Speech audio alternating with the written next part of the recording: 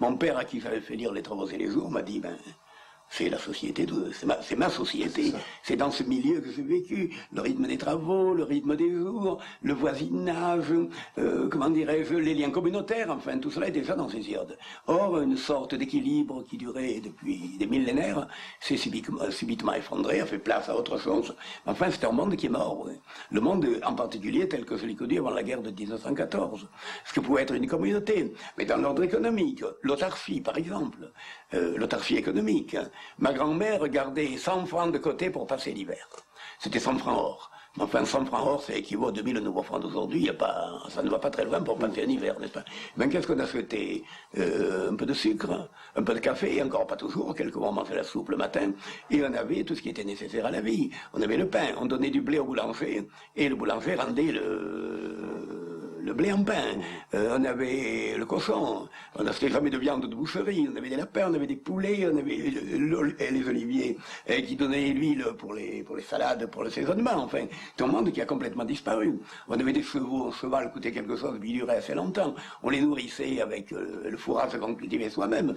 Alors l'argent jouait un rôle presque infinitésimal dans cette société. Moi, je me sens, il y avait un côté aristocratique sur le dernier des paysans, dans le sens de tradition, dans le sens d'honneur. Enfin, je peux vous citer un exemple. En 14-18, pendant la guerre, eh bien, tous les hommes valides étaient mobilisés. Mon père l'était. Moi, j'étais seul à 13 ans, avec mon grand-père qui en avait 75, à travailler la terre et tout. L'État accordait une allocation aux familles dont des membres étaient mobilisés. C'était le chef de famille, en général. Bon. Eh bien, ma grand-mère a repoussé avec indignation manger dans la main de l'État la fierté paysanne. Et presque tout le village refusait.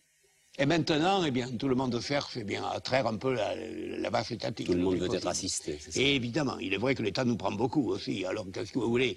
Devant la vache collective, on se sent plus, on aime mieux être auprès des mamelles que des mâchoires. Je ne suis pas un laudator temporis acti, un homme qui louange le temps passé. Mais enfin, à vrai dire, ces paysans avaient des défauts épouvantables. Méchants les uns vers les autres, souvent processifs, enfin âpre gain, âpre à tout.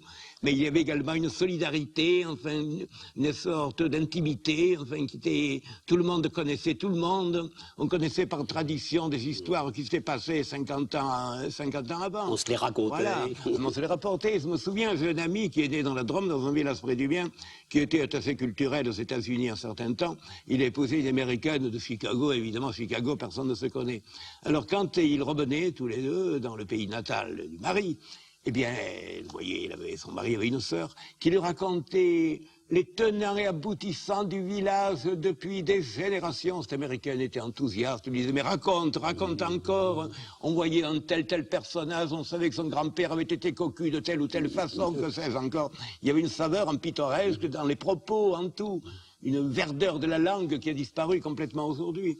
Une verdeur qui n'avait rien à voir avec la pornographie moderne, car la gaillardise n'a rien à voir avec la pornographie. Mais enfin, dans une société paysanne, une société qui comporte des usages, des mœurs, des traditions, au-delà de tout phénomène psychologique, je crois que c'est très grave de tout lire psychologique, il y a des choses qui se font, il y a des choses qui ne se font pas. C'est bien simple, oui. Je connais telle paysanne qui n'aime pas son mari, qui est attirée par un voisin, assez fortement, et qui me disait, et c'est entendu, ça ne se fait pas. Voilà, tout simplement. Je ne veux pas avoir l'air d'eux, je ne veux pas passer pour. Ce ne sont pas des mobiles relevés. Mais enfin, il est certain que l'adultère n'a pas lieu. Voilà, il y a tout de même un fait acquis, et c'est tout de même beaucoup. C'est déjà quelque chose. Il est certain que j'ai été marqué par la société dans laquelle j'ai vécu. Je parle d'un village. Eh bien, un village, je ne veux pas du tout en faire un tableau idyllique. Et je vous jure qu'habitant un village, connaissant toutes les rancunes, toute l'envie qui fermente, tous les cancans, telles de mes voisines connaissent mes démarches mieux que moi-même. Elle se souvient 15 jours après de ce que j'ai fait ou de ce que je n'ai pas fait. Mais à certains moments, il m'arrive de soupirer vers l'anonymat rafraîchissant des grandes villes, où au moins personne ne vous épie.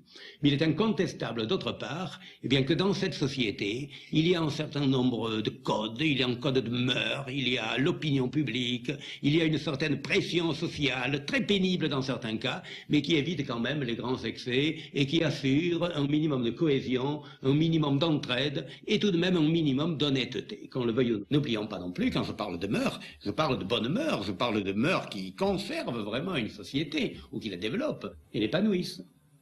Alors les bonnes mœurs, au fond, eh bien, c'est tout ce qui cimente les hommes les uns aux autres, ce qui leur permet l'entraide, ce qui leur permet le contact réciproque, ce qui leur assure un minimum de liberté et de responsabilité personnelle, qui fait que l'être humain puisse voir tout de même le lien entre son travail et le résultat de son travail, puisse connaître son prochain. Ce prochain pour lui une âme et un visage, et ne soit pas un être anonyme. Aucune société n'est irréprochable, je le rappelle. Mais la société qui me paraît la meilleure, ou la moins mauvaise, c'est celle qui comporte le maximum de mœurs et le minimum de lois.